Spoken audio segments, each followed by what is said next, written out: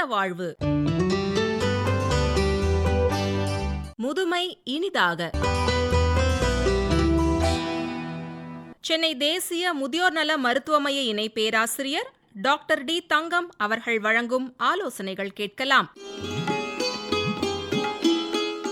Falls அப்படின்னா நிலை தடுமாறி கீழே விழுதல். நிலை தடுமாறுறதுன்னா பேலன்ஸ் போகிறது, இந்த தடுமாறி கீழே விழறது. இது வயசு ஏற ஏற இதற்கான சந்தர்ப்பங்கள் ரொம்ப ஜாஸ்தி. அதாவது ப்ரிவாலன்ஸ்னு சொல்லுவோம். இப்போ ஒரு 60 வயசுக்காரருக்கு இருக்கிறத விட 80 வயசுக்காரருக்கு அதிகப்படியான வாய்ப்புகள் இருக்குது இந்த மாதிரி விழுந்து அடிபடுறதுக்கு. இதுக்கான காரணங்கள் என்னென்ன? எப்போவுமே நம்ம இந்த மாதிரி ஒரு அப்ரைட் பாஸ்டர் மெயின்டைன் பண்ணணும், அப்புறம் நடக்கணும் அப்படின்னா சில உறுப்புகள்லாம் ரொம்ப நல்லா வேலை செய்யணும். நமக்கு உணர்ச்சிகள், அதாவது கால்லேருந்து தசை மூட்டுலேருந்து அதுலேருந்துலாம் வர சில சென்சார் ஆர்கன்ஸ், அங்கே ரிசப்டார்ஸ்னு ஒன்று இருக்கும், அது கொடுக்குற செய்திகள் மூளைக்கு போகும்.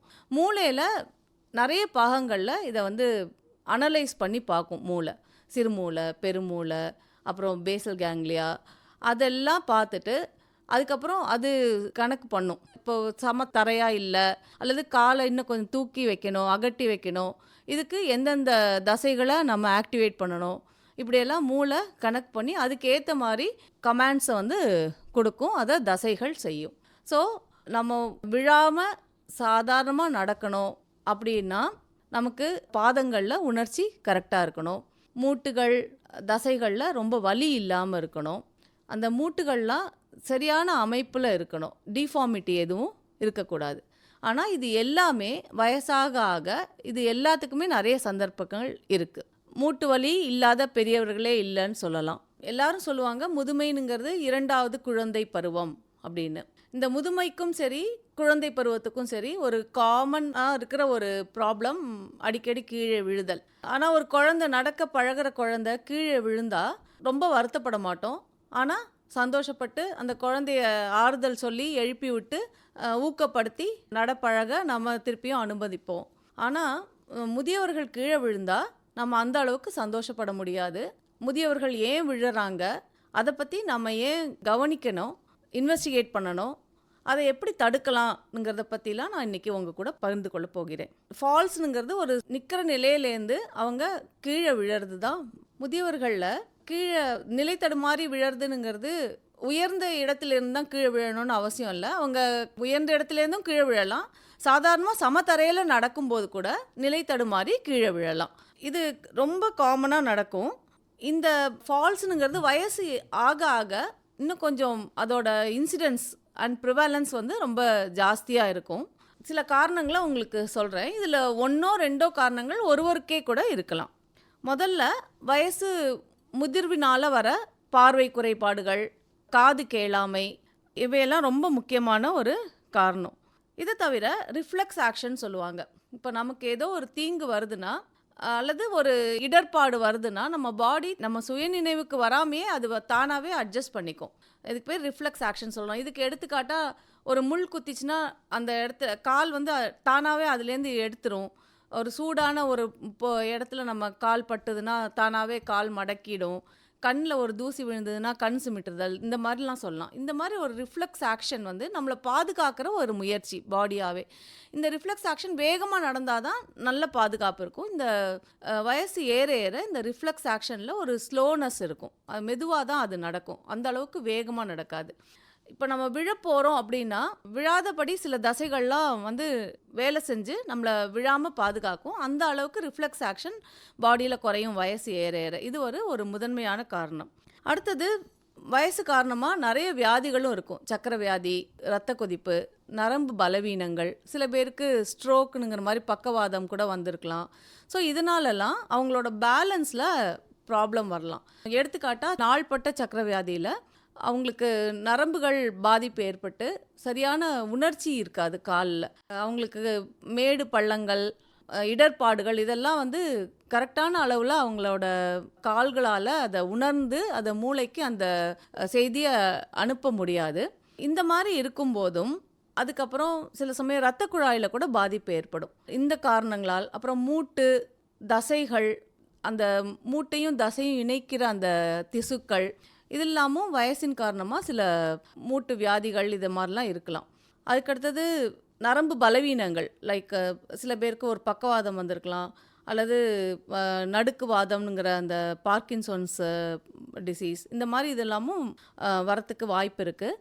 இவங்களுக்கும் இந்த பேலன்ஸ்னுங்கிற சமச்சீர் நிலை அவங்களால பாடியால் மெயின்டைன் பண்ண முடியாது. இதனால அடிக்கடி அவங்க தடுக்கி விழறதுக்கு வாய்ப்பு இருக்குது. இரத்த குழாய்களில் ப்ராப்ளம் இருந்தனாலும் இந்த மாதிரி நடக்கலாம். இதனால அவங்க அடிக்கடி தடுமாறி கீழே விழறதுக்கு வாய்ப்பு இருக்குது. அதுக்கடுத்தது யூரினரி இன்கான்டினன்ஸ்னு சொல்லுவாங்க. இது வந்து சிறுநீரை அடக்க முடியாத காரணங்கள். இதுக்கு நிறைய காரணங்கள் இருக்குது. இதில் என்ன மெயினாக ப்ராப்ளம்னா, இந்த மாதிரி சிறுநீர் பிரச்சனை இருக்கிறவங்க வேகமாக உடனே சிறுநீர் கழிக்க வேண்டும்ங்கிற உணர்வு வந்தோடனே பாத்ரூம் தேடி ஓடுவாங்க. அந்த சமயத்தில் அவங்க தடுமாறி விழறதுக்கு நிறைய சான்ஸ் இருக்குது. அவங்களோட சிறுநீர் கசிவுனால அதுலேயே வழுக்கி விழறதுக்கும் நிறைய சான்ஸ் இருக்குது. Falls may be the first symptom of any acute problem. அதாவது இன்ஃபெக்ஷன்ஸு, அதாவது நோய் தொற்றுகள், நுரையீரலில் ஏற்படுற நோய் தொற்றுகள், நிமோனியா காய்ச்சல் அல்லது சிறுநீர் தொற்று, வேறு சில காய்ச்சல் ஏற்படுறது, அப்புறம் உடம்புல வந்து சில வேதியியல் மாற்றங்கள் நடக்கிறது, லைக் சோடியம் குறைச்சலாக இருக்கிறது, இந்த மாதிரி காரணங்கள் அப்போது அதை நமக்கு காமிச்சு கொடுக்கறது ஃபால்ஸுங்கிற ஒரே ஒரு சிம்டம். அவங்க தடுமாறி விழும்போது தான் ஃபர்தராக நம்ம இன்வெஸ்டிகேட் பண்ணும்போது அவங்களுக்கு இந்த ப்ராப்ளம்லாம் இருக்குங்கிறது தெரியும். ஸோ இந்த தடுமாறி விழுறதுங்கிறது ஒரு தீவிரமான ஒரு உடல் பிரச்சனையோட முதல் அறிகுறியாக கூட இருக்கலாம். சில பேர் வந்து பிபிக்காக மருந்து சாப்பிடுவாங்க. இந்த சில மருந்துகள் வந்து அவங்க நிற்கும்போது பிபியை குறைக்குது. இந்த பாஸ்டல் ஹைப்போடென்ஷன் சொல்லுவோம். இந்த மாதிரி சமயத்தில் அவங்களுக்கு தலை சுற்றல், மயக்கம் ஏற்பட்டு அதனாலையும் தடுமாறி கீழே விழுவாங்க. எந்தெந்த மெடிசின்ஸ்லாம் இதை ரொம்ப காஸ் பண்ணுன்னா, இரத்த கொதிப்புக்காக உட்கொள்ளும் மருந்துகள், அதுக்கப்புறம் தூக்க மாத்திரைகள், வலிப்புக்காக சாப்பிட்ற மாத்திரைகள், அப்புறம் ரத்தம் உறையாமல் தடுக்கிறதுக்காக சில மாத்திரைகள் எடுப்பாங்க. இவங்களுக்கெல்லாம் வந்து இந்த விழுறதுக்கான சான்ஸ்களும் நிறைய இருக்கும். அப்புறம் விழுந்தாலும் அதனால் ஏற்படுற பாதிப்புகளும் அதிகமாக இருக்கும். நம்ம விழுறது என்ன காரணங்கள்னு பார்த்தோம். இதனால் ஏற்படுற பின்விளைவுகள் என்னென்னா, சில அபாயங்கள் உடனே ஏற்படலாம். சிலது வந்து கொஞ்ச நாள் கழித்து கூட விழறதோட அந்த அறிகுறி நமக்கு வேற ஒரு டிசீஸாக தெரியப்படுத்தப்படலாம். உடனடியாக ஏற்படுறது என்னென்னா எலும்பு முறிவு. இது எப்போ வரும்னா, கொஞ்சம் உயரத்துலேருந்து விழும்போதும் ஏற்படலாம், அல்லது எலும்புகள் ரொம்ப பலவீனமாக இருக்கும்போது சிறிய அடிபடுறதுனா கூட இந்த காயங்கள் ஏற்படலாம். இது வந்து கை கால்களில் இருக்கிற எலும்புகள், மணிக்கட்டில் பர்டிகுலர்லி நம்ம விழும்போது நம்ம அறியாமல் கையை ஊனுவோம். அதனால் மணிக்கட்டு எலும்பு உடையறதுக்கு நிறைய வாய்ப்பு இருக்குது. இடுப்பு எலும்பு முறியலாம், தொடை எலும்புகள் கூட முறியலாம். தலை காயங்கள், அதில் வந்து சொல்லப்போனால் ஸ்கேல்ப் இன்ஜுரின்னு சொல்லும்போது நம்ம தலையை சுற்றி இருக்கிற அந்த தோல் பகுதியில் ரத்த ஓட்டம் ரொம்ப நிறைய இருக்கும். ஸோ சின்ன காயங்களில் கூட அதிகமான ரத்த இழப்பு ஏற்படும். ஃபால்ஸுங்கிறது சில சமயம் தனியாக இருக்கிற முதியவர்களுக்கு ஏற்படலாம். அவங்க பாத்ரூமில் அல்லது குளிச்சுட்டு இருக்கும்போது ஏற்படலாம். இந்த மாதிரி சமயத்தில் அவங்க விழுந்து அது மற்றவங்க நோட்டீஸ் பண்ணுறதுக்குள்ளேயே அவங்களுக்கு நிறைய ரத்த இழப்பு ஏற்படலாம். இதனால் ஷாக்னுங்கிற நிலைமைக்கு கூட அவங்க போவாங்க. இதை தவிர இதே ரத்த கசிவு மூளைக்குள்ளே நடந்ததுன்னா அது வந்து ஒரு சர்ஜிக்கல் எமர்ஜென்சி ஆகிடும். அவங்களுக்கு இதுக்காக ஹாஸ்பிட்டலைசேஷன் தேவைப்படும், நிறைய டெஸ்ட் பண்ணணும், சில சமயம் ஆப்ரேஷன் கூட தேவைப்படும். இந்த மாதிரி இது ஒரு மேஜர் ஆப்ரேஷனுங்கிறனால அவங்க நிறைய நாள் ஹாஸ்பிட்டலில் தங்கி இருக்க வேண்டியிருக்கும். அவங்களோட டிஸ்சார்ஜுக்கு அப்புறம் கூட அவங்களோட குவாலிட்டி ஆஃப் லைஃப், அதாவது அவங்களோட வாழ்க்கை தரம்ங்கிறது மோசமான நிலைமையில் இருக்கக்கூட வாய்ப்பு இருக்குது. சில பேர் வந்து அதுலேருந்து மீண்டு எழாமையே படுத்த படுக்கையாக கூட இருந்துருவாங்க. இதெல்லாம் தவிர சில சமயத்தில் ஒரு தடவை தடுக்கி விழுந்தவங்க கூட ஒரு பயத்தின் காரணமாக இன்னொரு தடவை தடுக்கி விழுந்துருவோமோனுங்கிற பயத்தினால நடக்காமையே போயிடுவாங்க. இதுக்கு பேர் ஃபியர் ஆஃப் ஃபாலிங்னு சொல்லுவாங்க. இது என்ன ஆகிடும்னா, இன்னும் கொஞ்சம் அவங்களுடைய தசைகளையும் எலும்புகளையும் வீக்கன் பண்ணிடும். ஸோ அவங்க கொஞ்சம் அவங்களுடைய தேவைகளுக்காக வீட்டுக்குள்ளேயே நடக்கும்போது கூட திரும்ப திரும்ப விழும் அபாயம் இதனால் ரொம்ப ஜாஸ்தி ஆகுது. ஆப்ரேஷன் பண்ணதுக்கப்புறம் கூட அந்த ரிஹாபிலிட்டேஷன் எனப்படும் அந்த புனர்வாழ்வு சிகிச்சை சில சமயத்தில் அவங்களால சரிவர ஒத்துழைக்க முடியாது. இதனாலையும் அவங்களோட மொபிலிட்டி அஃபெக்ட் ஆகிடும். சரியான அளவில் முன்ன மாதிரி அவங்க நடமாட முடியாமல் போயிடுவாங்க. ஸோ இந்த காரணங்களால் தடுமாறி விழுதல் என்கிற அந்த பிரச்சனையை முதியவர்களில் இது ஏற்பட்டால் ரொம்ப தீவிரமாக அதை நம்ம எடுத்துக்கணும். இதனால்தான் எந்த ஒரு முதியவரையும் முதியோர் மருத்துவர் சோதிக்கும்போது அவங்கக்கிட்ட அவங்க வேறு ஏதாவது பிரச்சனைக்கு போனால் கூட அவங்கக்கிட்ட இந்த மாதிரி சில கொஸ்டின்ஸ்லாம் கேட்போம். விழுந்திருக்கீங்களா? அப்படி விழுந்திருக்கேன் அவங்க சொல்லியிருந்தாங்கன்னா ஒரு 6 மாதத்தில் எத்தனை தடவை விழுந்திருப்பீங்க அப்படிலாம் கேட்போம். மோர் தேன் 2 டைம்ஸ் அவங்க விழுந்திருந்தாங்க அப்படின்னா அவங்களெல்லாம் ஒரு ஸ்பெஷல் டெஸ்ட், எளிமையான பரிசோதனைகள் இருக்குது, அதற்கு உட்படுத்தப்பட்டு அவங்களுக்கு எவ்வளோ தூரம் ரிஸ்க் இருக்குது, எதனால அவங்க அடிக்கடி விழுறாங்க, இதெல்லாம் நம்ம கண்டுபிடிப்போம். இதில் வந்து நம்ம மெயினாக அவங்களுக்கு மூட்டுகளில் ஏதாவது ப்ராப்ளம் இருக்கா, அதனால ரொம்ப பெயினாக இருக்கிறதுனால அவங்களால சரியாக நடக்க முடியலையா, உணர்ச்சி குறைபாடு எதுவும் இருக்கா பாதங்களில், அல்லது புண்கள் அதனால, அல்லது ஏற்கனவே நடந்த சில மூட்டு ப்ராப்ளம்னால அவங்களுக்கு அந்த காலோட ஷேப் மாறி இருக்கா, டிஃபார்மிட்டின்னு சொல்லுவோம், அந்த மாதிரி ஏதாவது இருக்கா, இந்த காரணங்களால் அவங்களால நடக்க முடியல. 2 காலுக்கும் நடுவில் லென்த் டிஸ்கிரிப்பன்சி இருக்கா, ஒரு காலை விட இன்னொரு கால் நீளமாக இருக்கா, அப்புறம் கண் சரியாக தெரியலையா, காது சரியாக கேட்கலையா, அவங்களுடைய காக்னிட்டிவ் எபிலிட்டி அதாவது அறிவுத்திறன் எந்த மாதிரி இருக்குது, அதில் ஏதாவது குறைபாடு இருக்கா, இந்த மாதிரி சில எல்லா டெஸ்ட்டுமே பண்ணி பார்ப்போம். அதுலேருந்து அவங்களுக்கு எவ்வளோ தூரம் ஃபால் ரிஸ்க் இருக்குது அப்படின்னுங்கிறத கண்டுபிடிப்போம். இந்த டெஸ்ட்டில் அவங்களோட பேலன்ஸ் எப்படி இருக்குது, அவங்களால 2 காலை வச்சு கரெக்டாக நிற்க முடியுதா, ஒரு காலில் நிற்க முடியுதா, ஒரு காலை முன்னாடி வச்சு இன்னொரு காலை பின்னாடி வச்சு நிற்க முடியுதா, நடக்கும்போது அவங்களுடைய நடை வந்து சரியாக இருக்கா, அல்லது ஒரு பக்கம் சாயிற மாதிரி இருக்காங்களா, ஒரு பக்கம் விழற மாதிரி இருக்காங்களா, அவங்களுக்கு வேறு ஏதாவது நரம்பு கோளாறுகள் இருக்கா, இது போன்ற சில தகவல்களையும் இந்த சின்ன சின்ன டெஸ்ட் பண்ணுறது மூலமாக நாங்கள் கண்டுபிடிப்போம். ஸோ அந்த எந்தில் ப்ராப்ளம்னு கண்டுபிடிச்சி அதுக்கு ஏற்ற மாதிரி அவங்களுக்கு அறிவுரைகள் கொடுப்போம். ஃபிசியோதெரபிஸ்ட்டு பார்த்துட்டு சில சப்போஸ் அவங்களுக்கு தசைகள்லாம் வீக்காக இருக்குது அப்படின்னு தெரிஞ்சால் அந்த தசைகளை வலுப்படுத்துறதுக்கு சின்ன சின்ன எக்ஸசைசஸ் சொல்லி கொடுப்பாங்க. அதை எளிமையான முறையில் அவங்க புரியிற மாதிரி அவங்களுக்கு சொல்லி கொடுத்து அதை எவ்வளோ தடவை ஒரு நாளைக்கு செய்யணும், இந்த செய்யறதுனால அவங்களுக்கு என்ன பலன் அப்படிங்கிறதெல்லாம் சொல்லுவாங்க. எத்தனை நாளைக்கு ஒருக்கா அவங்கள வந்து பார்க்கணும் அப்படிங்கிறதையும் சொல்லி தருவாங்க. அவங்களுக்கு இருக்கிற இணை நோய்கள்லாம் கரெக்டான ட்ரீட்மெண்ட் கொடுத்து, அதாவது இந்த சக்கரை வியாதி, ரத்த கொதிப்பு இதெல்லாம் ஆப்டிமைஸ் பண்ணணும் அந்த ட்ரீட்மெண்ட்டை. ஸோ தட் அவங்க விழறதுக்கான வாய்ப்புகள் இதனாலையும் மட்டுப்படும். அப்புறம் கண் பார்வை கோளாறுகள் இருக்கும்போது அவங்களுக்கு புரை இருந்தால் அறுவை சிகிச்சை செய்யறதுக்கு அட்வைஸ் பண்ணுவோம். அப்புறம் சில பேர் வந்து இந்த பைஃபோக்கல் லென்ஸ்னு ஒன்று போடுவாங்க. அது இருக்கும்போது அவங்க படியில் இறங்கும்போது அவங்களுக்கு சரியான அளவில் அந்த டெப்த் பர்செப்ஷன் இருக்காது, இதனால தடுமாறி விழுறதுக்கு வாய்ப்பு இருக்குது. இந்த மாதிரி சமயத்தில் அவங்களுக்கு ஒரு கண்ணாடியை மாற்ற சொல்லி அட்வைஸ் கொடுப்போம். அதுபோல் காதில் கேட்கும் குறைபாடு இருக்கிறவங்களுக்கு அதுக்கான ஹியரிங் எய்ட்ஸ் அட்வைஸ் பண்ணுவோம்.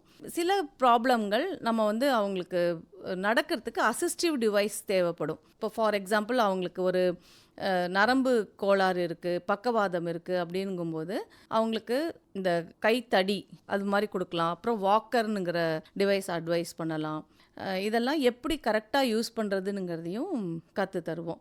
இதன் மூலமாலாம் அவங்க அடுத்தது பாதுகாப்பாக நடக்கிறதுக்கு நம்ம அவங்களுக்கு வழிவகுக்கலாம். இதுவரை சென்னை தேசிய முதியோர் நல மருத்துவமனை இணை பேராசிரியர் டாக்டர் டி தங்கம் அவர்கள் வழங்கிய பிரச்சனைகளும் தீர்வுகளும் குறித்து முதியோர் நல ஆர்வலர் எஸ் எட்வின் பாபு அவர்களுடன் நேர்முகம் கேட்கலாம். முதியோர் தன்னை போன்ற முதியோர்களோடு இணைந்து ஒரு குழுவாகவும் செயல்படலாம் இல்லைங்களா? கண்டிப்பாக செயல்படலாம். அதாவது எப்படி இப்போ தமிழ்நாட்டை நீங்கள் எடுத்துக்கொண்டீங்கன்னா நம்ம பெண்கள் சுய உதவி குழுக்கள் வந்து இந்தியாவுக்கே நம்ம தான் முன்னோடி.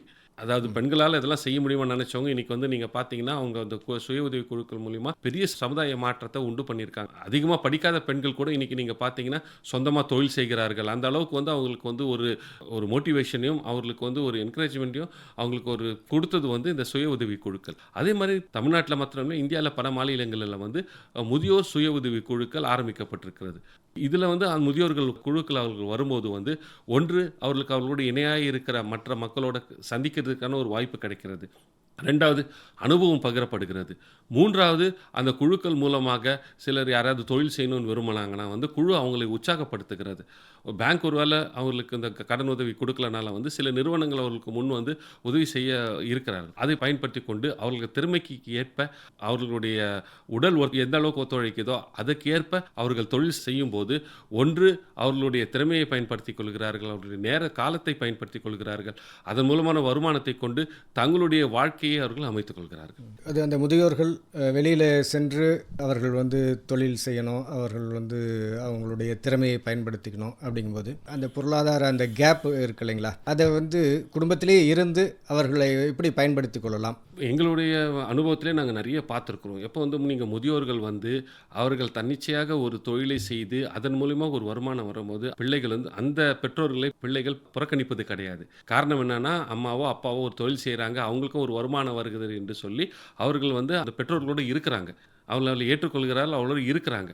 அப்படி செய்யாதவங்களை வந்து என்ன பண்ணுறாங்கன்னா வந்து எங்களுக்கு தொழில் இல்லை, நாங்கள் இருக்கிறவங்க வந்து அவங்கள வந்து இப்போ அவங்க பிள்ளையை பார்த்துக்கிறாங்க, வீட்டில் இருக்கிற மற்ற வேலைகளை செய்து கொண்டிருக்கிறார்கள். இது வந்து அன்பெய்ட் லேபர். ஆனால் இது யாரும் ரெக்கக்னைஸ் பண்ணுறது கிடையாது, இதை அங்கீகரிப்பது கிடையாது. நிறைய பேர் சொல்லுங்க, அம்மா குழந்தைய பார்த்துக்கிறாங்க அவ்வளோதான் சொல்லிட்டு. இப்போது அம்மா இல்லாத பட்சத்தில் வந்து அவங்க வந்து கொண்டு போய் ஏதாவது ஒரு விடுதியில் விட்டு தான் பார்த்துக்கணும், அதுக்கு அவங்க பே பண்ணணும். ஆனால் அது அம்மா வந்து அதை தன்னிச்சையாக செய்யும் போது வந்து அவர்களுக்கு அந்த அங்கீகாரம் கிடைப்பது கிடையாது. அதாவது அவங்க எக்கனாமிக்காக கான்ட்ரிபியூட் பண்ணலனாலும் இந்த மாதிரி முக்கியமான அதாவது குடும்பத்தை பராமரித்துக் கொள்வது, அவங்களுடைய பேர பிள்ளைகளை பார்த்துக் கொள்வது, வீட்டு வேலைகளை செய்வது, இந்த மாதிரி செய்யும்போது வந்து அவர்கள் பேருதவியாக இருக்கிறார்கள். பொதுவாக இப்போ இன்றைய காலகட்டத்தில் வந்து நம்ம சென்னை மாதிரி பட்டணங்களில் மாத்திரம் கிடையாது, நீங்கள் தமிழ்நாடு போல எங்கே போனாலுமே வந்து நிறைய குடும்பங்களில் வந்து கணவன் மனைவி 2 பேரும் வேலைக்கு போகிறாங்க. அதனால் வந்து அப்போ வீட்டை பராமரித்துக் கொள்வதற்கு, வீட்டில் சீர் செய்வதற்கு, நாளைக்கு பேரப்பிள்ளைங்களை வந்து நல்வழிப்படுத்துவதற்கு, நல்ல ஆலோசனைகள் கொடுப்பதற்கு, அவர்களோட அரவணைச்சு போவதற்கு வந்து தாத்தா பாட்டிகளுடைய பங்களிப்பு ரொம்ப அதிக முக்கியம். நீங்கள் அதே மாதிரி நாங்கள் எங்கள் பார்த்துருக்குற அனுபவத்தில் இப்போ நீங்களே கூட அதை ஒற்றுக்கொள்வீர்கள் நான் நம்புகிறேன். இப்போ நீங்கள் பார்த்தீங்கன்னா இப்போ பிள்ளைகள் வந்து அப்பா அம்மா கூட பாசமாக இருக்கிறத விட இப்போ தாத்தா பாட்டி கிட்ட தான் ரொம்ப பாசமாக இருப்பாங்க. ஏன்னா அவங்க தான் ரொம்ப செல்லம் கொடுப்பாங்க, இவங்க ரொம்ப ஸ்ட்ரிக்டாக இருக்க மாட்டாங்க, நல்வழியில் நடத்துவாங்க, ஆனால் ரொம்ப ஸ்ட்ரிக்டாக இருக்க மாட்டாங்க. அப்பா அம்மானா கொஞ்சம் ரொம்ப ஸ்ட்ரிக்டாக இருப்பாங்க, எல்லாம் செஞ்சு கொடுக்க மாட்டாங்க. அதனால் வந்து பேர பிள்ளைகளுக்கே இயல்பாகவே வந்து அவங்களோட தாத்தா பாட்டி கூட அன்பாக இருக்க வேண்டும் என்று ஒரு நல்ல ஒரு குணாதிசயம். அதனால் பிள்ளைகள் வந்து அதை உணரணும் இல்லைங்களா, ரொம்ப ஈடுபாட்டோடு அவர்கள் வந்து செய்வாங்க, ஆத்மார்த்தமாக செய்வாங்க அந்த குடும்பத்துக்காக. அப்படிங்கும்போது அதை வந்து பிள்ளைகள் உணர்ந்து அவர்களை வந்து மதிப்பு கொடுக்கணும் இல்லைங்களா. அது மாத்திரம் இல்லை, அதாவது வந்து சில குடும்பங்களில் வந்து பெற்றோர்களை அவர்களை வைத்துக்கொள்ள முடியாது. அப்படின்ற பட்சத்தில் பரவாயில்ல, எல்லா பிள்ளைகளும் பெற்றோர்களை தங்களோட வைத்துக்கொள்ள வேண்டும் என்பது ஒரு இயலாத காரியம். ஏன்னா அவங்களுக்கு வேலை நிமித்தமாக அவர் ஒரு பட்டணத்தை விட்டு இன்னொரு ஊருக்கு போயிருக்கலாம், இல்லை அவங்களுக்கு வந்து டிரான்ஸ்ஃபரபிள் ஜாப்ல இருக்கலாம். இரண்டாவது வந்து பெற்றோர்களுக்கும் வந்து ஒரு ஊராக வந்து அவங்களுக்கு செட் ஆகாது. அவங்களுக்கு பொதுவாக எங்கே அவங்க இருக்கிறாங்களோ அதுதான் அவங்களுக்கு கம்ஃபர்டபுளான பிளேஸ். அதனால் வந்து அவங்களும் வந்து லேசாக வர மாட்டாங்க. அதனால் வந்து எல்லா குடும்பத்திலையும் பெற்றோர்களை கூட வைத்துக்கொள்ள வேண்டும் என்பது கட்டாயம் கிடையாது. ஆனால் அவர்களுக்கு செலுத்த வேண்டிய மதிப்பையும் அவர்களுக்கு செலுத்த வேண்டிய அன்பையும் அவர்களுக்கு தேவைகளை பூர்த்தி செய்ய வேண்டியது கண்டிப்பாக பிள்ளைகளுடைய கடமையாக இருக்கிறது. உடல் நலத்தை எப்படி அவங்க பேணி பாதுகாக்கணும், அதில் எப்படி கவனம் செலுத்தணும் முதியோர்கள்? உடல் நலம் வந்து ரொம்ப ரொம்ப முக்கியம் சார். ஏன்னா வந்து இன்றைக்கி வந்து நீங்கள் பார்த்தீங்கன்னா எப்போ வந்து ஒருத்தவங்களுக்கு வந்து அவர்களுக்கு உடல்நலம் ரொம்ப மோசமாகி அவங்க படுத்த படுக்கை ஆகிறாங்களோ அப்போ தான் வந்து அவர்களை பார்த்துக்கொள்வதுக்கு யாரும் ரொம்ப பரிதாபமான நிலைமை. நிறைய பேர் இருக்கிறாங்க, ஒரு நடுத்தர குடும்பத்திலையும் கூட பிள்ளைகளே பார்த்து கொள்ள வேண்டும் என்றாலும் கூட அவர்களால் அந்த அளவுக்கு பணம் செலவு பண்ண முடியாது. அதனால் முதியோர்கள் என்ன பண்ணணும்னா வந்து முதலாவது வந்து ஆரோக்கியமாக அவர்கள் இருக்க வேண்டும். ஆரோக்கியமாக இருக்க வேண்டும் என்றால் அவர்கள் முதலாவது சரியான உணவை உட்கொள்ள வேண்டும். அடுத்தது வந்து ஃபிசிக்கல் ஆக்டிவிட்டி அவங்களுக்கு இருக்க வேண்டும். ரெகுலராக வந்து அவங்க ஹெல்த் செக்கப் பண்ணிக்கணும். செஞ்சு கொண்டு அவங்களுக்கு என்ன வியாதி இருக்கிறதோ அந்த வியாதிக்குரிய மருந்துகளை அவர்கள் சரியாக எடுத்துக்கொள்ள வேண்டும்.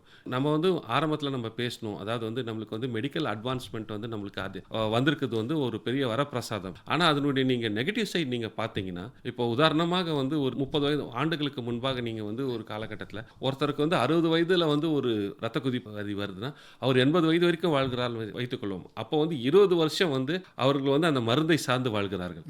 ஆனால் இதே வந்து இன்றைய காலகட்டத்தில் வந்து 40 வயதில் அவர்களுக்கு அந்த ரத்த கொதிப்பு வருகிறது என்றால் அவர்கள் 90 வயது வரைக்கும் வாழ்ந்தால் 50 வயது வந்து அவர்கள் மருந்து மாத்திரைகளை சார்ந்து வாழ வேண்டிய ஒரு கட்டாயம் இருக்கிறது. ஸோ நம்ம அது வந்து குவாலிட்டி ஆஃப் லைஃப் என்று சொல்கிறோம்.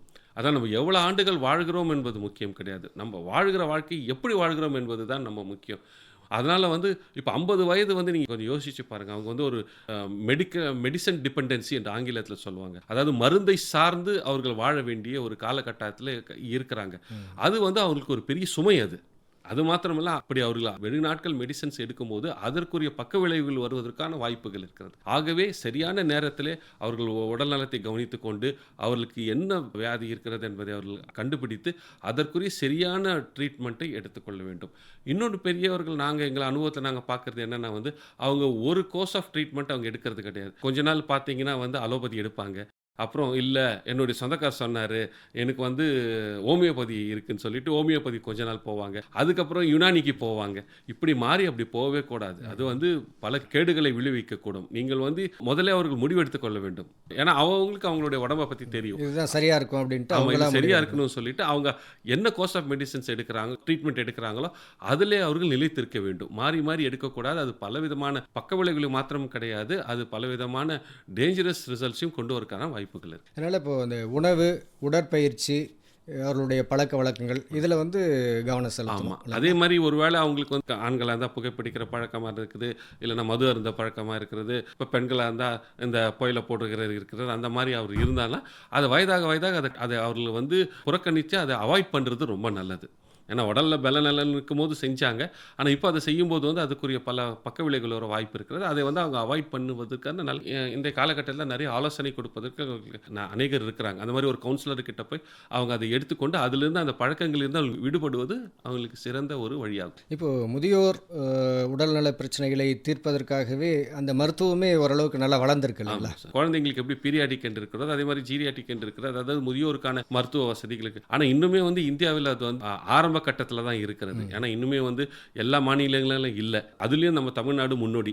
ஆரம்பத்தில் பார்த்தீங்கன்னா முதலான ஜீரியாட்டிக் டிபார்ட்மெண்ட், அதாவது முதியோருக்கான மருத்துவ நலனை இன்ட்ரடியூஸ் பண்ணது நம்ம தமிழ்நாடு, அதுவும் நம்ம சென்னையில் இருக்கிற அரசு மருத்துவமனையில் தான் துவக்கப்பட்டது. இன்றும் அது இருக்கிறது.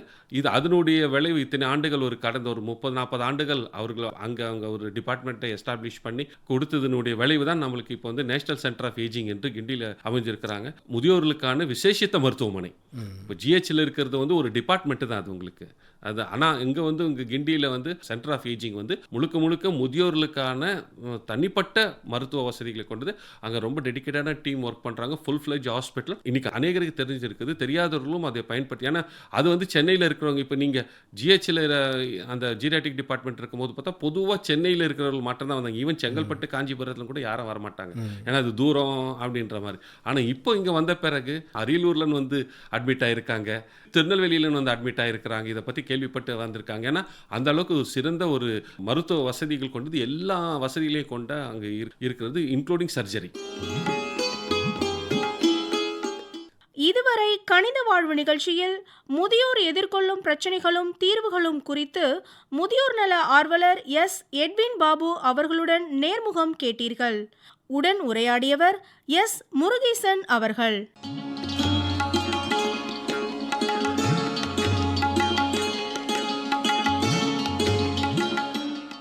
நேயர்கள் இதுவரை கேட்ட நிகழ்ச்சி கணித வாழ்வு.